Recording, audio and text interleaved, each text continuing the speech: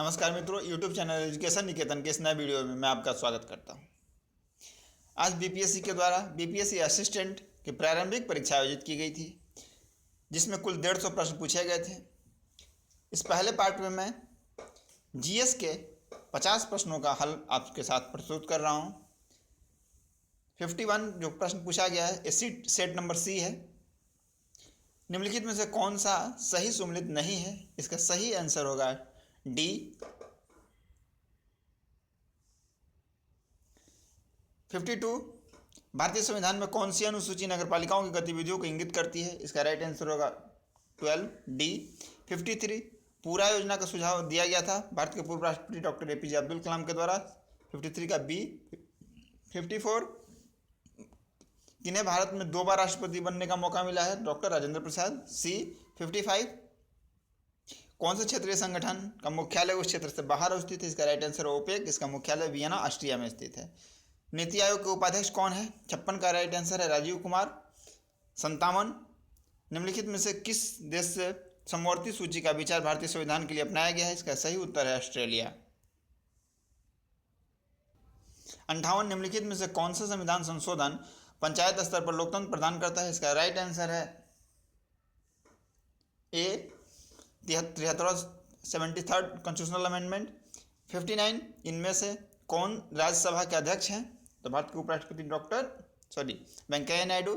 60 number जो प्रश्न है इसका सही उत्तर है सी। 61 नंबर जो प्रश्न है कि निम्नलिखित में से कौन अंतर्राज्यीय समिति के अध्यक्ष होते हैं? तो अंतर्राज्यीय परिषद का जो अध्यक्ष होते हैं वो होते हैं भारत के प्रधानमंत्री, और एक जो इसमें कमेटी बनी होती है उसके अध्यक्ष होते हैं केंद्रीय गृह मंत्री। तो इसका राइट आंसर होगा सी। 62 जो 62 प्रश्न है इसका राइट आंसर है बी। आप इसे मिलान कर लेंगे।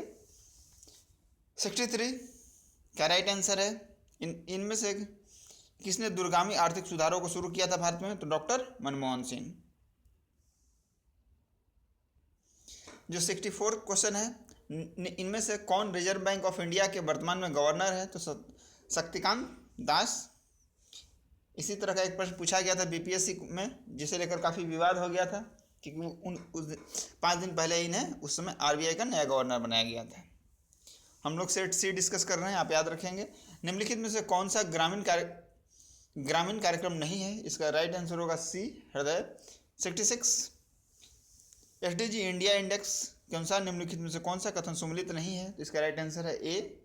शुद्ध जल और स्वच्छता में प्रथम स्थान हिमाचल प्रदेश का है। निम्नलिखित में से कौन सा राज्य गरीबी मुक्तता का सर्वोच्च सूचकांक दर्शाता है? इसका सही उत्तर है तमिलनाडु। 67 का ए। 68 जो प्रश्न है आप उस पर अभी स्टार लगा लें। 69 निम्नलिखित में से कौन सा राज्य नीति आयोग के एसडीजी इंडेक्स में सबसे नीचे है? इसका सही उत्तर है आसाम, बी। 70 निम्नलिखित में से कौन सा जोड़ा सुमेलित नहीं है? इसका सही उत्तर है बी। क्वायर बोर्ड त्रिवेंद्रपुरम में नहीं बल्कि कोचिंग में स्थित है। इसके बाद 71 जो है भारत के किस राज्य में सबसे अधिक संख्या में कार्यान्वित विशेष आर्थिक क्षेत्र हैं? इसका सही उत्तर है तमिलनाडु, सी। 72 निम्नलिखित में से किस राज्य की सीमा 3 पड़ोसी देशों से मिलती है? तो इसका सही उत्तर है पश्चिम बंगाल। इसकी सीमा बांग्लादेश, नेपाल और भूटान से मिलती है। जो चिकन नेक है ऊपर में वो जो है भूटान और नेपाल से मिलता है। इसका सही उत्तर होगा सी। 73 निम्नलिखित में से भारत का कौन सा प्रमुख बंदरगाह दीनदयाल उपाध्याय नाम से जाना जाता है? तो इसका राइट आंसर है डी कांडला। 74 2011 की जनगणना के अनुसार निम्नलिखित में से कौन सा जनगणना अभिलक्षण बेमेल है? इसका सही उत्तर है सी। अधिकतम आबादी घनत्व पश्चिम बंगाल में होकर बिहार का है।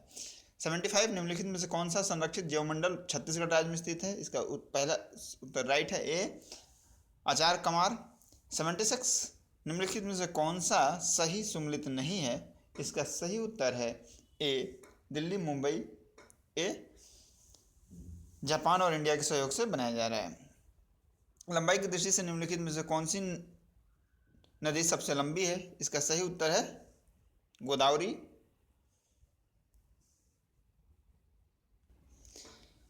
आपको ऊंचाई की दृष्टि से आरोही क्रम में प्रायद्वीपीय भारत के शिखरों को सजाना है, तो इसका सही उत्तर जो है वो है डी अनाईमुड़ी, डोडाबेटा, गुरुशेखर और महेंद्रगिरी।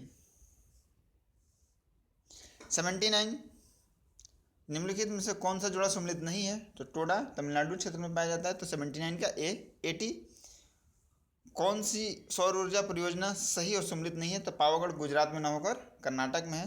80 का बी। 81 निम्नलिखित में से कौन सा वायु प्रदूषक शहरी क्षेत्र में सर्वाधिक मिलता है? इसका सही उत्तर होगा सल्फर डाइऑक्साइड। 81 का ए। दिल्ली सल्तनत में सबसे अधिक कार्यकाल कौन रहा? तो इसका सही उत्तर है बी तुगलक।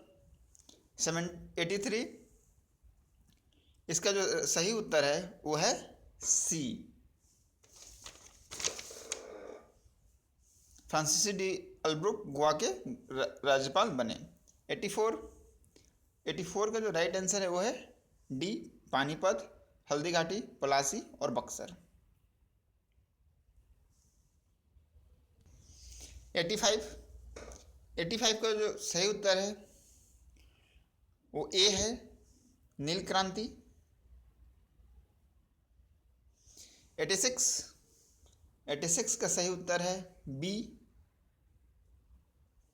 87 का सही उत्तर है डी। 88 जो प्रश्न है उसका सही उत्तर है ए ब्रह्म समाज।